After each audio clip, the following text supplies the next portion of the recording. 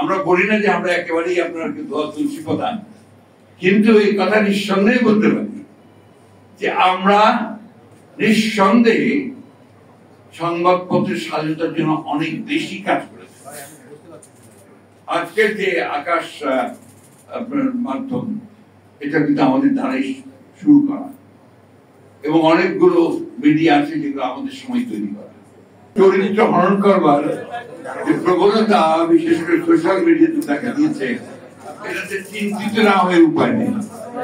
বাংলাদেশের সংবাদ মাধ্যমের স্বাধীনতার বিষয়টা কোনো নতুন নয়। আমরা যারা বাংলাদেশের স্বাধীনতার পক্ষে কাজ করেছি সেই 60-এর দশক থেকে, তখন থেকে এই বিষয়টাকে সবচেয়ে সামনে এসেছে। আন্দোলন করেছি, কাজ করেছি।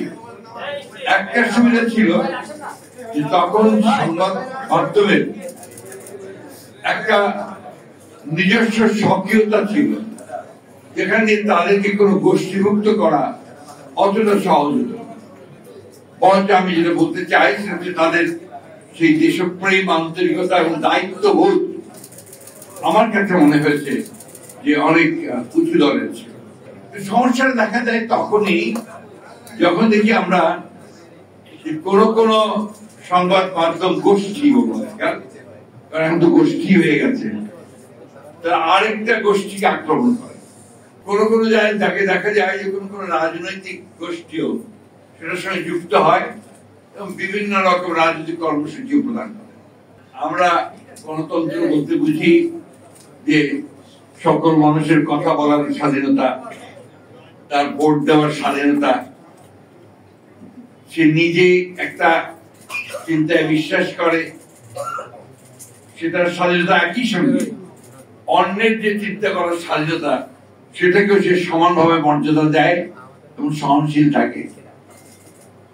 আমরা বুঝি যে সংবাদপত্রের স্বাধীনতা, সংবাদপত্র যা বলতে চাইবে, মাধ্যম যা বলতে চাইবে সেটাকে গ্রহণ করা বা পছন্দ না হলে সেটা সম্পর্কে কথা বলা, সব ঠিক আছে, কিন্তু সেই সংবাদ প্রতিষ্ঠানকে উড়িয়ে দেওয়া, তার প্রতি আপনার মব জাস্টিস প্রয়োগ করার চেষ্টা করা, এগুলোকে অবশ্য আমরা আমাদের সেই পুরনো মানুষেরা আমরা গণতন্ত্রের মানদণ্ড হিসেবে দেখতে পারি না। আর বিএনপি হিসাবে আমি একটা কথা খুব জোর দিয়ে বলতে চাই যে আমার দলই তো প্রথম যারা সংবাদপত্রের স্বাধীনতাকে ওপেন করেছিল 1975 সালে। তার আগে একদলীয় শাসন ব্যবস্থা বাকশাল হয়েছিল, সব সংবাদপত্র বন্ধ করে দেওয়া হয়েছিল। এই কথাটা কিন্তু কেউ আলোচনা করেননি। আর 4টি সংবাদপত্র ছাড়া সমস্ত রাজনৈতিক দলকে আপনার যেমন নিষিদ্ধ করা হতো, সংবাদপত্রগুলোকে নিষিদ্ধ করে দেওয়া হয়েছে। আমরা বলি না যে আমরা একেবারেই আপনার দোয়া তুলসী প্রধান, কিন্তু এই কথা নিঃসন্দেহে বলতে পারি যে আমরা নিঃসন্দেহে সংবাদপত্রের স্বাধীনতার জন্য অনেক বেশি কাজ করেছি। আজকের যে আকাশ আপনার মাধ্যম, এটা কিন্তু আমাদের দ্বারাই শুরু করা, এবং অনেকগুলো মিডিয়া আছে যেগুলো আমাদের সময় তৈরি করা। রেমিটেন্স যোদ্ধাদের ঢাকায় বিশেষ ছাড়ে রেডি ফ্ল্যাট দিচ্ছে শতভাগ বিশ্বস্ত ও নির্ভরযোগ্য প্রতিষ্ঠান প্রবাসীর সিটি।